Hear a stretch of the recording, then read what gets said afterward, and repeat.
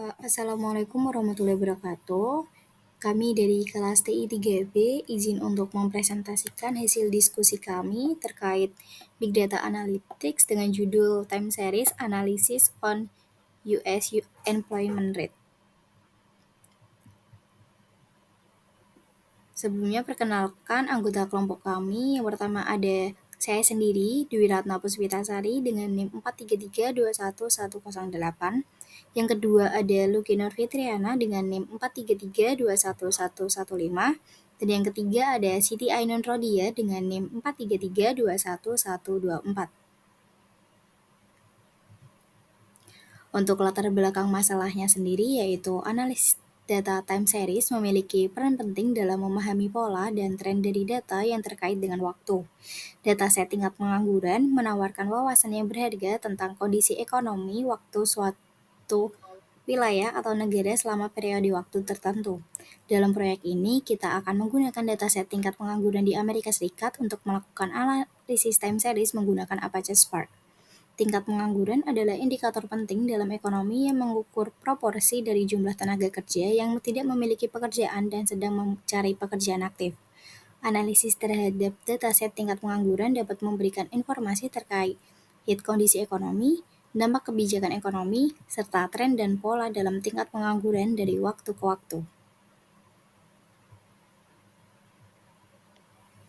Untuk pertanyaan bisnisnya, yang pertama ada bagaimana tren tingkat pengangguran di Amerika Serikat dari tahun ke tahun. Yang kedua ada bisakah kita memprediksi tingkat pengangguran di masa mendatang berdasarkan data historis. Yang ketiga ada apakah terdapat pola musiman atau seasonality dalam tingkat pengangguran yang dapat diidentifikasi.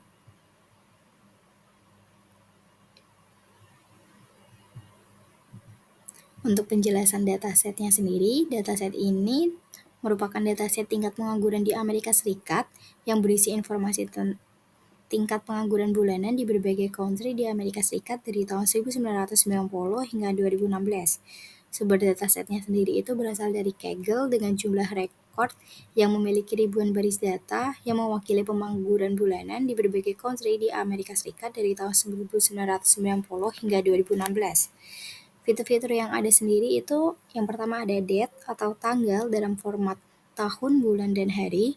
Yang kedua ada unread yaitu tingkat pengangguran dalam presentase untuk tiap baris data. Yang ketiga ada informasi tambahan seperti kode country, negara bagian, dan lain-lain. Dan detail demografis lainnya.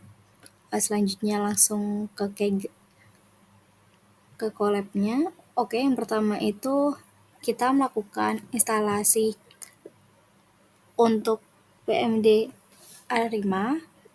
Lalu yang kedua kami melakukan import berbagai library Python yang diperlukan untuk analisis data, pemodelan statistik, dan visualisasi.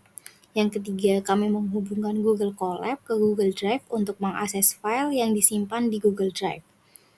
Selanjutnya kami mendefinisikan fungsi untuk membaca file CSV dan menghapus baris dengan nilai yang hilang. Selanjutnya kami melakukan pembacaan dataset. Selanjutnya kami menampilkan beberapa baris awal yang terdapat di dalam dataset. Selanjutnya kami menampilkan info dari dataset seperti tipe data dan jumlah nilai nol yang ada di dalam dataset tersebut.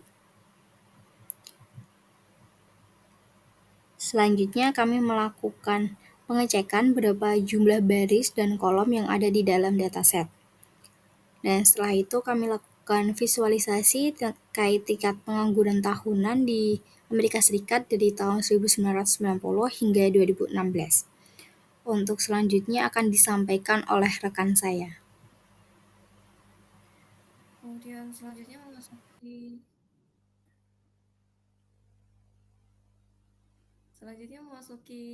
menghitung rata-rata bulanan untuk setiap tahun dan kemudian menambahkannya ke dalam daftar data frame untuk per bulan rata-rata dari pengangguran yang terjadi di Amerika Serikat.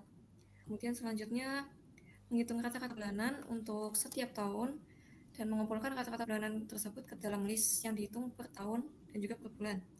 Kemudian membuat data frame dari rata-rata bulanan. Dan selanjutnya memasuki ke visualisasi untuk data frame yang telah dibuat pada sel sebelumnya yang telah didefinisikan dan kurang lebih hasilnya seperti ini.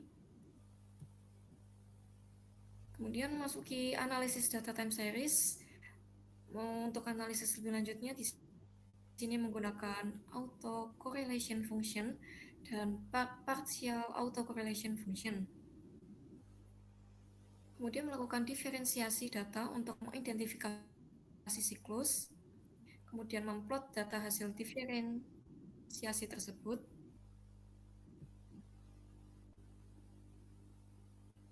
Yang lebih hasilnya dapat didapatkan seperti gambar tersebut. Nah, di sini memasuki hasil dekomposisi data yang dimana menjadi komponen tren musiman dan juga residual. Kemudian memvisualisasikan hasil dekomposisi data time series yang didapatkan seperti hasil berikut. Kemudian memasuki modelan ARIMA untuk data time series dan melakukan prediksi 12 langkah ke depan. Kemudian yang terakhir ada meramalkan tingkat pengangguran menggunakan model dari Facebook Corporate. Dan untuk selanjutnya memasuki ke bagian analisis untuk Apache Spark yang akan dijelaskan oleh Lucky. Baik, yang selanjutnya yaitu kita pertama-tama menginstal untuk library PySpark untuk analisis data skala besar. Kemudian di sini kita menginisialisasi Spark Session untuk menggunakan PySpark. Terus yang selanjutnya kita membuat contoh data frame dengan PySpark tersebut. Kemudian memeriksa skema data frame dan jika perlu kita konversi kolom bulan menjadi string jika diperlukan. Kemudian yang selanjutnya yaitu mendefinisikan fungsi UDF untuk membuat kolom baru, yaitu monIndex. Yang selanjutnya itu kita mengkonversi kolom year atau tahun menjadi tipe data integer. Kemudian menggunakan vektor assembler untuk menggabungkan kolom numerik menjadi satu kolom fitur. Kemudian yang selanjutnya memeriksa skema data setelah menggabungkan kolom dan memastikan tipe data kolom red dan juga memeriksa data kolom red adalah long type. Kemudian mendefinisikan model regresi linear. Dan yang terakhir yaitu melatih model regresi linear dengan data yang tersedia. Dan tidak lupa juga yang terakhir itu menampilkan koefisien dan intercept dari model yang telah kita latih dengan hasil koefisien dan intercept seperti berikut. Interpretasi hasil yaitu yang pertama koefisien.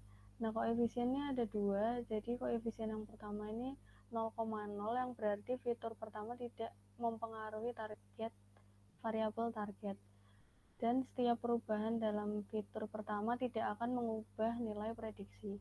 Kemudian koefisien kedua yaitu 99,99 sekian yang berarti fitur kedua memiliki pengaruh besar terhadap variabel target. Setiap peningkatan 1 unit dalam fitur kedua akan mengakibatkan peningkatan sekitar 100 unit dalam variabel target. Yang selanjutnya yaitu intercept, yaitu nilai konstanta dalam model. Intercept yang sangat kecil ini atau hampir nol, ini menunjukkan bahwa garis regresi hampir melalui titik asal 0,0. Kemudian kesimpulannya adalah hasil ini menunjukkan bahwa fitur kedua memiliki pengaruh yang sangat kuat pada variabel target, sedangkan fitur pertama tidak berpengaruh sama sekali. Intercept yang hampir nol merupakan menunjukkan bahwa titik awal prediksi sangat mendekati nol ketika semua fitur bernilai nol. Sekian yang dapat kelompok kami sampaikan. Kurang lebihnya mohon maaf. Terima kasih. Wassalamualaikum warahmatullahi wabarakatuh.